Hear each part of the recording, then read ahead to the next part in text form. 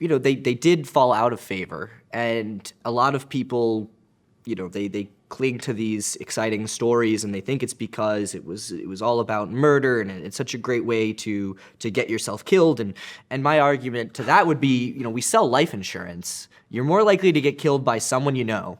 Yep. And you only have to kill one person to steal the life insurance, but we still sell life insurance, and it doesn't make sense to a group of 1,000 people. You're really going to bump them all off to get the tontine, so it doesn't really make sense. And if you look into it a little further, it was actually the insurance companies themselves that kind of got too greedy with the tontines and started putting these clauses in where they were taking advantage of people, purposefully losing checks. So the clause would say the check doesn't show up, we can't, the clause says we absorb all of that. Either sometimes it goes into the tontine and it's paid out to other members, which makes the yield go higher and makes sales easier, and then they can make money on the fees. Or in some cases, it just went directly back into the insurance company as profit. So either way, the person who has been paying in is getting screwed over, and the insurance company is benefiting. Yep. And the government stepped in and said these sorts of practices are not going to be allowed anymore. And sure enough, the insurance companies, instead of becoming more fair and honest with their customers, started selling annuities. Yeah. And so in 1906, they put out these laws saying you can't do this stuff anymore with tontines, and sure enough, that kind of marks the death of tontines in America. Yeah, I've actually seen a few tontine companies. There's quite a few that continued on afterwards, but not nearly as high profile. And certainly, from what I can tell, there's about 2,000 tontines operational in the US at the moment in the form of retirement villages, where the idea is that you join a retirement village. The ones I've seen are mostly in Florida. You buy a home. You survive there as long as you can. And if you run out of money, the community kind of takes care of you until you do eventually pass away, at which point your property is resold to someone else. That sounds pretty much like a tontine. Yeah. To me. One of those problems that we mentioned was the payment can come in and it can get lost, or it can get legitimately lost. I'm not saying that all cases of this sort of problem happening were all bad action by the insurance companies. Well, it wasn't just the payments getting lost. Yeah. If you read through the Armstrong the report of the Armstrong Commission, there was a number of obscene practices. So first of all, if your payment goes missing or you miss a payment, your pension is cancelled.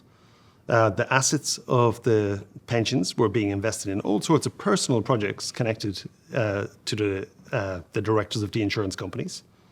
There was incidences where relatives of the directors of the insurance company were suddenly appearing as if they'd been in there for 20 years, receiving these big payouts, and there was no way to explain it.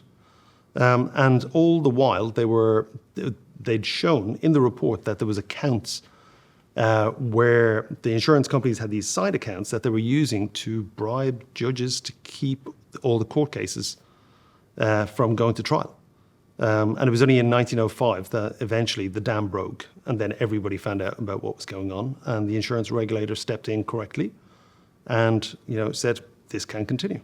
And that kind of brings us forward now in time to what you're doing, and your tontine is not as simple as just a list of names and the amount of payments they've made in the time. You've taken some of these technological advances that we've seen over the last century, really, and applied them to your product to create a modern tontine.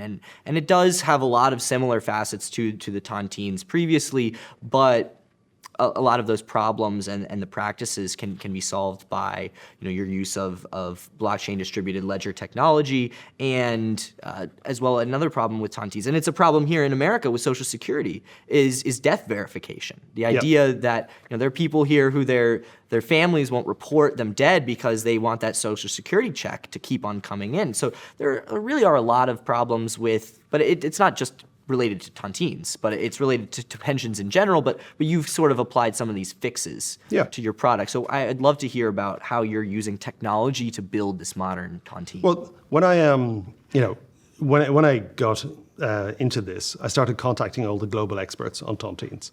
and talking to them about, what are the problems, why hasn't anybody done this so far? And, bit by bit, you get a feeling for what's needed to really bring this back. And one of the biggest things is trust, because, the insurance companies messed this up badly last time. And if you're going to bring it back, you need to make sure the trust is 1,000% in the product. And for this basis, I've been familiar with Bitcoin and blockchain since 2011, but I'd never found a use case. Suddenly the penny drops. Hang on. So we're going to create a system where every penny you put into the system can be tracked on public ledgers. Every investment we make can be seen on public ledgers. And every payout that's ever made can be shown. But you have to keep all the members anonymous to each other so that nobody's going to be worried about anyone going around killing each other. That's like perfect use case for blockchain. Distributed ledgers. We try not to use the B word at the moment. And then the next thing we saw, which a few people have been already trying to work out, was how do we verify that the members are alive? This didn't seem too difficult to me, but we're now patent pending in 150 countries for thinking of it, which is that every month, we'll send Uncle Jim a notice. Jim, we haven't seen your wonderful smile in almost 4 weeks, and you've got a payment coming up. Please, can you log in? Shows that you have control of your device.